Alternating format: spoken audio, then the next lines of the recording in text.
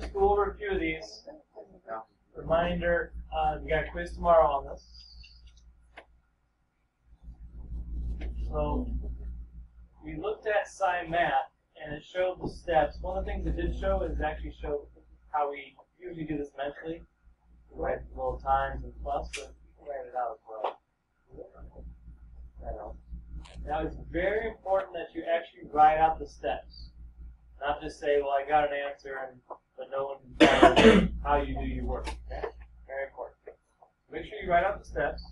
It's okay if you don't do this one, but for sure you have to write out the next one where it's 7 times 4 is 28. That's 5 is. Make sure you write this down on the paper right now. And there's different ways of doing this. If you don't do it the same way, but you know, it's showing work, it's fine. It's okay if you kind of different method that works. And next thing, and here's where sometimes people start messing up. You have to look at what number does both 7 and 2 go into, and it has to be the smallest number they both go into. It's called the least common multiple. And that'd be 14. Once you figure that out, you see how I wrote this? I just have empty fractions on top, but I have everything else. But then you go back to the step above. And that's what sometimes gets confusing, because usually in math you just keep on going down, down, down, and it's weird to go back up and then finish it up. So think of this as this step is part A, this step is part B.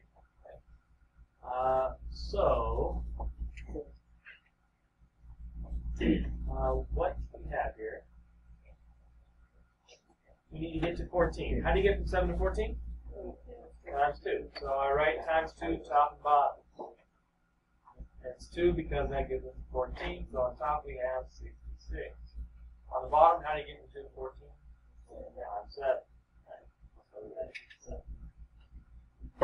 Now you can finish it up. So you see how we had to kind of go back and forth a little bit. And now 66 plus 7 is 70. And we can just leave it at 73 over 14. No need for a mixed number. Usually in algebra, a fully reduced, improper, or proper fraction. Do that. So that's kind of the work that you need to have on your paper. Some of you had just an answer. That's not good enough. So make sure you have all the work. Let's do a subtraction. That's very similar. Yes. Yeah. If it can be simplified, go for it. This cannot be simplified. Okay. Now, here's how you use the examples to help yourself, right? Look at the left side. If you're not sure how to do it, don't just say, well, I don't get it. Well, let's see here. How did I write this first step? I have a 7 times 4 plus 5. Where did those numbers come from? There's a 7, 4, and 5. So you just have to mimic the same thing. Right? So instead of 7, 4, and 5, we have a 3 and 2 and 1. 3 and 1. We were still doing the multiplying here and adding here. And it was all over 7 over here because this was over 7. This one's going to be all over 3. So that's how you use examples to help you do it. You don't expect you to watch an example and say, oh, now I get everything. You have to go back and follow it step by step. And of course, drop down to minus 4 tenths. As we drop down to plus 1 half. Over here, we got 33 from here, so over here we can simplify this. 3 times 2 is 6, plus 1 is 7. This is something. Now this part we just keep dropping down until we need it. Okay. Then I figured out, remember the bottom. Just figure out the bottom number.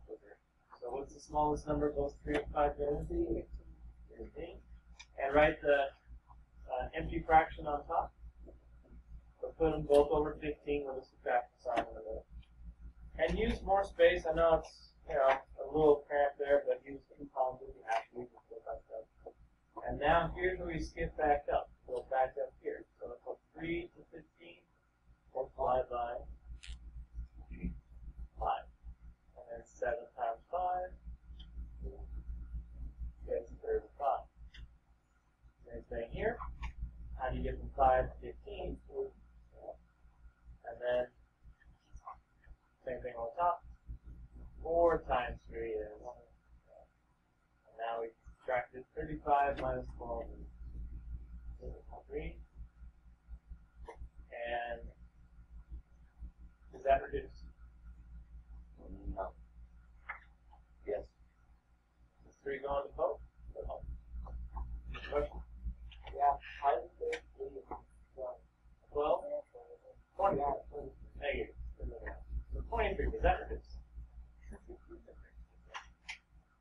Now stand in the back and sometimes it's smaller as you get further back. Okay, so 23, again, a prime number 23, so that's not going to reduce. Alright, so use the steps. Don't just say, well, I watched 2 and I don't get it. Just do one thing at a time. Don't look at the whole thing and say, I have to know everything. Just say, well, I can figure out this problem. This was 7, 4, and 5. This was a 2, 3, and a 1. I can do that for this problem, and just do one step at a time. Alright? Alright, so I'll give you a second. Go ahead and do 3. I'm going to walk around and check the papers, make sure they're all on the same page. Alright, so let's finish this up. Follow the same pattern. I'm going to multiply these two and have this. So we got 8 times 2 plus 1 all over 8. Bring down to minus 1/3. Let's simplify, rewrite most of it. Just rewriting everything and then simplifying this step. So 8 times 2 is 16. 16 plus 1 is 17. And once again, bring down the 1/3.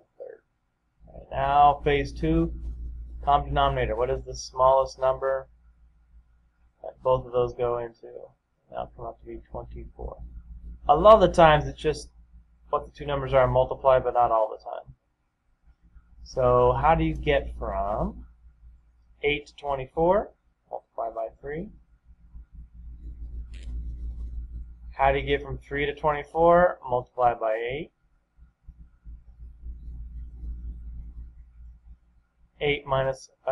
51 minus 8 will give you 43. And again, prime. So on top, so I know we're done. So we had a 73, a 23, and a 43, all prime numbers. Okay, so that'll get you started, and we'll have this due by the beginning of the period tomorrow.